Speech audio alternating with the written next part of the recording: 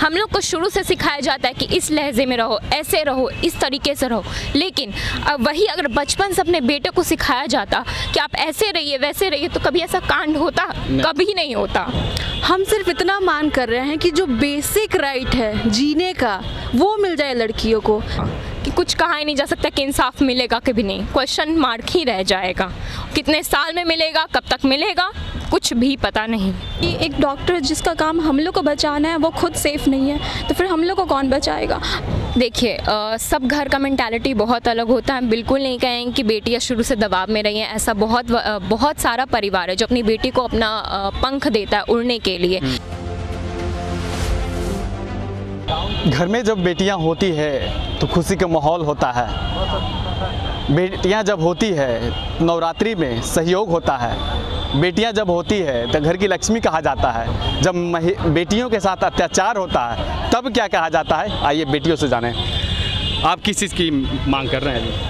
हम सिर्फ इतना मांग कर रहे हैं कि जो बेसिक राइट है जीने का वो मिल जाए लड़कियों को। फलाना ढिमकाना तरीके की राइट्स हैं कॉन्स्टिट्यूशन में, सब मेंशन्ड है, बट जीने का अधिकार सिर्फ लड़कों को है, लड़कियों को नहीं। जब मन किया तब कोई मार दिया, कोई कुछ हो गया, एंड दुनिया चलती है, बस देश चल रहा है, बस चले जा रहा है। एक सिंपल मांग है कि बस जीने का जो अधिकार है, जो एक मानव, एक ह्यूमन होने के नाते मिलना चाहिए, बस उसी की मांग कर रहे हैं, वो मिलना चाहिए। और ये सिर्फ एक डॉक्टर, एक लड़की का डिमांड नहीं होना चाहिए, पूरे देश की डिमांड होनी चाहिए। देश में लड़कियां भी रहती है, उनका भी देश है, उनका भी उतना ही हक है जितना बाकी लोगों का।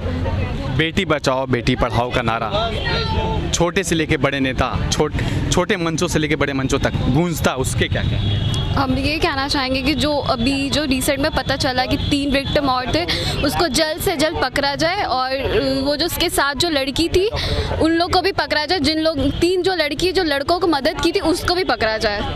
क्या कहेंगे जिस तरह से बंगाल में हिंसा हुई है, एक महिला डॉक्टर के साथ गैंगरेप हुआ है, क्या कहेंगे? सर, जब 2012 में हम सब 8-9 साल के रहे होंगे जब निर्भया हुआ था, आज 12 साल बाद, उस टाइम हमने सोचा था एक बेटर फ्यूचर होगा। प्रोटेस्ट के बाद हम एक स्ट्रिक्ट लॉज की डिमांड करते हैं, स्ट्रिक्ट लॉज होंगे, सब कुछ अच्छा होगा। 12 साल बाद आज भी हम वहीं खड़े हैं, तो ये दिखाता है कि 12 साल में अभी तक कुछ नहीं बदला। आज भी औरतों की सिक्योरिटी वही है जो 12 साल पहले थी, और अभी भी अगर हम बेटर फ्यूचर की बात करते हैं तो we demand strict laws, we demand fast track proceeding, we demand capital punishment, that then only something will change here in this country. क्या सरकार जिस तरह से कहती है बेटी बचाओ बेटी पढ़ाओ नारा, क्या सक्सेस है? जी नहीं, बेटी बचाओ बेटी पढ़ाओ, और अगर आप बेटी को प्रोटेक्ट ही नहीं कर पाओगे तो क्या फ़ायदा पढ़ाने का?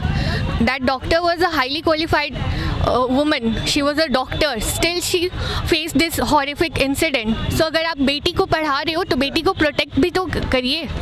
उसके लिए आप स्ट्रिक्ट लॉज लाएंगे। लोगों में डर जब तक क्रिमिनल्स के अंदर नहीं होगा तब तक कुछ नहीं बदलने वाला। महिलाएं जो है अपने और लड़कियां जो है अपने बातों को रख रहे हैं और कह रहे हैं कि जिस तरह से देश में कहा जाता है कि बेटी बचाओ बेटी पढ़ाओ नारा दे रहे हैं, लेकिन बेटियां सुरक्षित नहीं हैं। निर्भया कांड की तरह से फिर से बंगाल में जो दुर्बलता जो हुई है, क्या कहेंगे? बहुत ही शर्मनाक बात है हमारे देश के लिए, जिसमें कि एक डॉक्टर जिसका काम हम लोग को बचाना है वो खुद सेफ नहीं है तो फिर हम लोग को कौन बचाएगा? उस डॉक्टर के लिए भी जो हमारी सीएम है वहाँ की ममता बनर्जी, वो भी कुछ खास नहीं कर रही हैं। अब जब सीएम वहाँ की कुछ खास नहीं कर रही हैं तो फिर लोग कैसे सेफ रहेंगे वहाँ पर? और ठीक है, ये एक डॉक्टर का केस था, यहाँ पर उनका रेप केस हुआ है, लेकिन जो लोकल लेवल पर डेली रेप केसेस होते हैं, हर दिन एटलीस्ट एक रेप केस होता है, उन पर कोई इतना ध्यान नहीं देता लोकल लेवल के पुलिस। और वो लोग सोचते हैं कि चलो उन पर तो कोई ध्यान नहीं देगा, कुछ दिन सब लोग देखेंगे, लोकल लेवल पे उनके फैमिलीज परेशान रहेंगे, फिर भूल जाएंगे। उन्हीं लोग को बाद में बढ़ावा मिलता है कि और फिर से वही चीज़ करें। तो अगर लोकल लेवल पे जितने भी रेप केसेस होते हैं उनको अगर हार्श से हार्श पनिशमेंट मिलेगा तो वो लोग दोबारा ऐसा करने का नहीं सोचेंगे। जी धन्यवाद। तो देखिए, सभी ने अपना बातों को रखा, साफ तौर पे यही मांग कर रहे हैं कि क्या बेटों को ही जीने का हक है? आज़ादी का जो उत्सव है सिर्फ बेटों को ही के अंदर है? क्या हम लोग आज़ादी से घूम नहीं सकते हैं, रह नहीं सकते हैं, कर नहीं सकते हैं? लेकिन देखना होगा क्या बेटियां कितनी सुरक्षित हैं। मैडम, क्या आपको लगता है कि श्रेया हत्याकांड जिस तरह से हुआ था, फिर 12 साल के बाद जो है बंगाल में डॉक्टर के साथ हुआ, आपको लगता है कि न्याय मिल पाएगा? जिस तरह से राजनीतिक अब माहौल बन गया है। निर्भया केस में जैसे कि हम लोग ने देखा था कि कितना टाइम लगा, कितना टाइम क्या साल लगा था, और अभी भी ये दोबारा वैसा ही केस है, इससे भी घटिया है, जिसको नाम दिया जा रहा है निर्भया .2 दिया जा रहा है। लेकिन अभी तक कुछ भी, कोई भी अथॉरिटी, कोई भी बड़े आदमी लोग, कोई भी नेताओं लोग अभी तक एक भी आवाज़ नहीं उठाए हैं। आखिर लेट जस्टिस मिल रहा है, इसका मतलब क्या ही समझेगा आदमी कि जस्टिस मिलेगा या फिर नहीं, क्वेश्चन मार्क लग जाएगा। यहाँ पे सेफ्टी का बात है तो बहुत लोग हैं, बहुत लड़कियां हैं जो बाहर से आती हैं, बाहर जाती है पढ़ने के लिए। कैसे कोई इंश्योर कर सकता है कि लड़कियां सेफ रह सकती हैं बाहर भी? मेंटालिटी इस हद का गुजर गया है। वो आदमी जो हाँ रेपिस्ट है, जो है निर्दोषी, वो रेप करने के बाद वो जो डॉक्टर, उनका कितने गंदे तरीके से मर्डर किया गया, कितने गंदे तरीके से टॉर्चर किया गया। अगर उस रेपिस्ट को मतलब क्या कहते हैं, दोषी ठहराना चाहिए, उसको सीधा मौत नहीं मिलना चाहिए। ये सब फांसी वासी कुछ भी नहीं, वो बहुत आसान मौत है। उसको तड़पा के एकदम टॉर्चर, एक होता है रेड रूम नाम का एक चीज़ होता है जिसमें आपको ना टॉर्चर किया जाता है। जब तक आप खुद अपने शरीर से थक हार नहीं जाते तब तक वो मतलब उसको टॉर्चर किया जाता है। वैसा उन लोगों को ट्रीटमेंट मिलना चाहिए। क्या आपको लगता है कि जिस तरह से बेटों को आज़ादी मिलती है रहने की, खाने की, घूमने की, और रात में हो दिन में आने जाने की मिलती है, क्या बेटियों भी उस तरह की नहीं है? देखिए सब घर का मेंटालिटी बहुत अलग होता है। बिल्कुल नहीं कहेंगे कि बेटियां शुरू से दबाव में रही हैं। ऐसा बहुत सारा परिवार है जो अपनी बेटी को अपना पंख देता है उड़ने के लिए, जीने के लिए। लेकिन अगर समाज को पसंद नहीं आता है, माँ बाप, लेकिन अगर ऐसा केस देख लेगा, कैसे अपनी बेटी को खुला छोड़ सकता है? हम लोग को शुरू से सिखाया जाता है कि इस लहजे में रहो, ऐसे रहो, इस तरीके से रहो।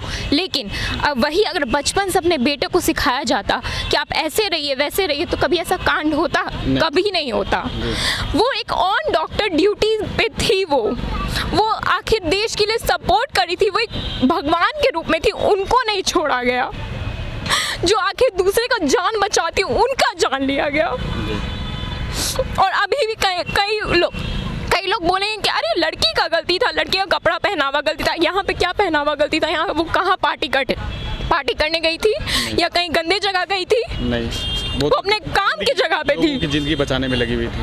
वो भी आखिर एक वॉरियर है, उनका बलिदान दिया गया है। क्या इंसाफ मिलेगा? देखिए ये पॉलिटिकल सिस्टम यहाँ का बहुत ही झोलझाल है, इस पे कुछ भी कमेंट नहीं किया जा सकता है। आखिर कोलकाता की जो सीएम है ममता बनर्जी, उनका स्टेटमेंट ही क्लियर दिखता है कि वो कैसे वो सपोर्ट कर रही हैं। उनका स्टेटमेंट है कि लड़का लड़की का इंटरेक्शन ज़्यादा है, इस वजह से ये बढ़ावा होता है। तो मेंटालिटी ऐसा हो गया है ना यहाँ का, इंडिया का, कि कुछ कहा ही नहीं जा सकता कि इंसाफ मिलेगा कभी नहीं, क्वेश्चन मार्क ही रह जाएगा। कितने साल में मिलेगा, कब तक मिलेगा, कुछ भी पता नहीं।